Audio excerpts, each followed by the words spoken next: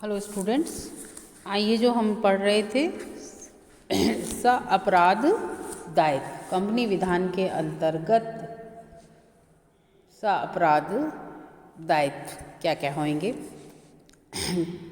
इसमें मैंने आपको बता दिया है धारा 26 का। नेक्स्ट हम पढ़ेंगे धारा 147 के अंतर्गत दायित्व। इसके अंतर्गत अगर कंपनी एक्ट 2013 के सेक्शन 139, 143, 144, 145 के प्रावधानों का उल्लंघन करता है तो उस पर कम से कम 25,000 का जुर्माना जो कि 5 लाख तक बढ़ाया जा सकता है। तीसरा है निरीक्षक के द्वारा सहायता न देना। कंपनी विधान की धारा 1944 में कहा गया है कि यदि कोई ऑडिटर सेंट्रल गवर्नमेंट द्वारा किसी कंपनी के मामले में अनुसंधान करने के लिए नियुक्त किया गया है तो निरीक्षक को बिना किसी उचित कारण के कोई पुस्तक या कागज देने पर निरीक्षक द्वारा पूछे गए प्रश्न का जवाब देने से इनकार कर देता है तो न्यायालय द्वारा ऑडिटर को एक निश्चित तारीख से पूर्व वह सब पुस्तकें तथा पत्र देने के लिए आदेश दिया जा सकता है। और यदि ऑडिटर न्यायालय की अवहेलना करेगा तो क्या होगा, तो उस पर 1 लाख का जुर्माना की सज़ा हो सकती है।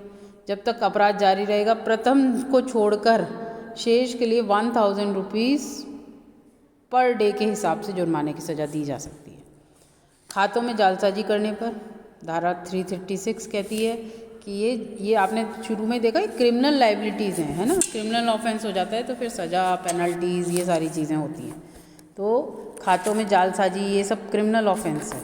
यदि एक ऐसा कंपनी का अंकेशक जिसका समापन हो रहा है किसी व्यक्ति को धोखा देने के उद्देश्य से कंपनी की पुस्तक, कागज पत्रों या प्रतिभूतियों को नष्ट करता या छिपाता है तो उसमें झूठी प्रविष्टि करता है तो उसे कम से कम 3 वर्ष की सज़ा और जिसे 5 वर्ष तक का बढ़ाया जा सकता है तथा कम से कम 1 लाख रुपये का जुर्माना और 3 लाख तक बढ़ाया जा सकता है अथवा दोनों सज़ा दी जा सकती है। सा अपराध कार्य के संबंध में दावा करना धारा 342। यदि ऐसी कंपनी के संबंध में जिसका समापन हो रहा है ट्रिब्यूनल को ज्ञात हो कंपनी के वर्तमान या भूतपूर्व अंकेशक कंपनी के संबंध में सापराध कार्य का दोषी रहा है तो ट्रिब्यूनल के निस्तारक को आदेश दे सकता है कि नेक्स्ट है हमारा रिपोर्ट आदि में मिथ्या कथन के लिए सज़ा धारा 448।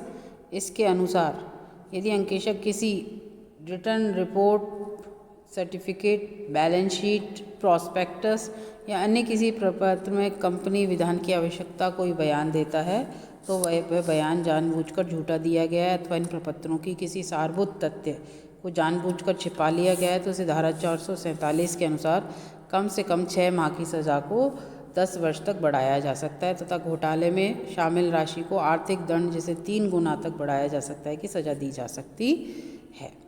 प्रविवरण में मिथ्या कथन के संबंध में 1 अप्रैल 1956 के पश्चात निर्गमित प्रवरण में यदि कोई मिथ्या कथन और अंकेशक ऐसे प्रॉस्पेक्टस के निर्गमन का अधिकार दिया गया है तो उसे धारा 447 के अनुसार सजा दी जाएगी।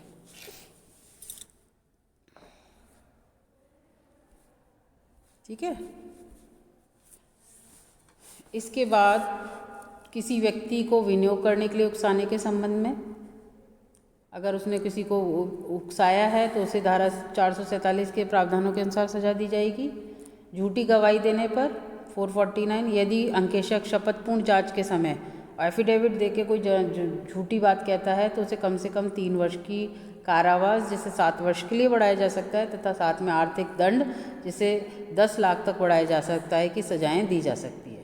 और लास्ट है इंडियन पीनल कोड। इसके अनुसार अंकेशक अन्य व्यक्तियों के समान भारतीय दंड संहिता के अंतर्गत भी दोषी ठहराया जा सकता है।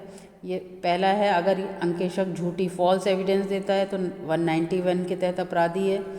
सेकंड है, अंकेशक झूठ मूठ का प्रमाण पत्र देता है तो सेक्शन 597 के तहत अपराधी है।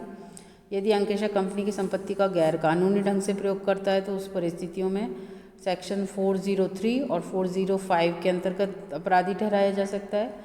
यदि अंकेशक धोखा देकर कंपनी की प्रतिष्ठा या संपत्ति को नुकसान पहुंचाता है तो सेक्शन 415 के तहत, और यदि अंकेशक हानि पहुंचाने के उद्देश्य से कंपनी की संपत्ति को नष्ट करता है तो उसे धारा 425 के अंतर्गत अपराधी ठहराया जा सकता है। और यदि अंकेशक कंपनी के हिसाब किताब में गड़बड़ करता है तो उसे धारा 477 के तहत अपराधी ठहराया जा सकता है। अपराध दायित्व के संबंध में न्यायालय के देखिए कुछ निर्णय हैं, ये आप लोग देख सकते हैं। इसके अंतर्गत जो है आपका official liquidator Karachi van versus the director etcetera of Karachi van, है ना। रैक्स वर्सेस हिंदू मसगर एंड स्टीवन, ये केस हैं। ये चूँकि अंग्रेज़ी में ही दी गए हैं तो इसीलिए आप इनको थोड़ा देख सकते हैं। इसके अलावा deputy secretary of the government of India ministry of finance Das Gupta, इनके कुछ निर्णय दिए गए हैं। Cases concerning the misconduct of the auditor under the chartered accountant act, ये बताया गया है, ठीक है। तो ये आप कर सकते हैं। इसके बाद है बिना पारिश्रमिक के कार्य करने वाले अंकेशक का दायित्व। ऐसा अंकेशक जो पारिश्रमिक नहीं लेता है, तो पारिश्रमिक नहीं लेता है इसका मतलब ये नहीं है कि वो कुछ भी कर सकता है।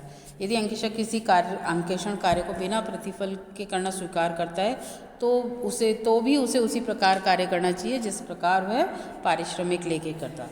यदि अंकेशक के विरुद्ध लापरवाही आदि का उपयोग चलाया जा सकता है तो यह अंकेशक यह कहकर अपना बचाव नहीं कर सकता कि मैं तो भैया कोई पैसा नहीं लिया है, ऐसा कुछ नहीं होगा। अगर पारिश्रमिक लिया है नहीं लिया है, अंकेशक को अपने वही लायबिलिटी के साथ अपनी सारे नियमों को फॉलो करते हुए ही कार्य करना पड़ेगा। और संयुक्त अंकेशकों को दायित्व लायबिलिटी ऑफ जॉइंट अकाउंट। यदि किसी अंकेषण कार्य के लिए कोई अंकेशक की नियुक्ति की जाती है तो समस्त कार्य के संबंध में उनका सामूहिक जॉइंट और सेवरल उत्तरदायित्व है। यदि समस्त कार्य को इसमें बांट दिया जाए तो प्रत्येक ऑडिटर अंकेषण कार्य का अपने हिस्से के संबंध में अलग से रिपोर्ट देनी होगी और अपने किए गए कार्य के लिए उत्तरदायी होगा। अंकेशक के दायित्व के संबंध में न्यायालय द्वारा दिए गए महत्वपूर्ण निर्णयों का जो है हम बाद में भी थोड़ा डिस्कस करेंगे। कुछ सिलेक्टेड मुकदमे उनको मैं आपको समझाऊँ। Thank you.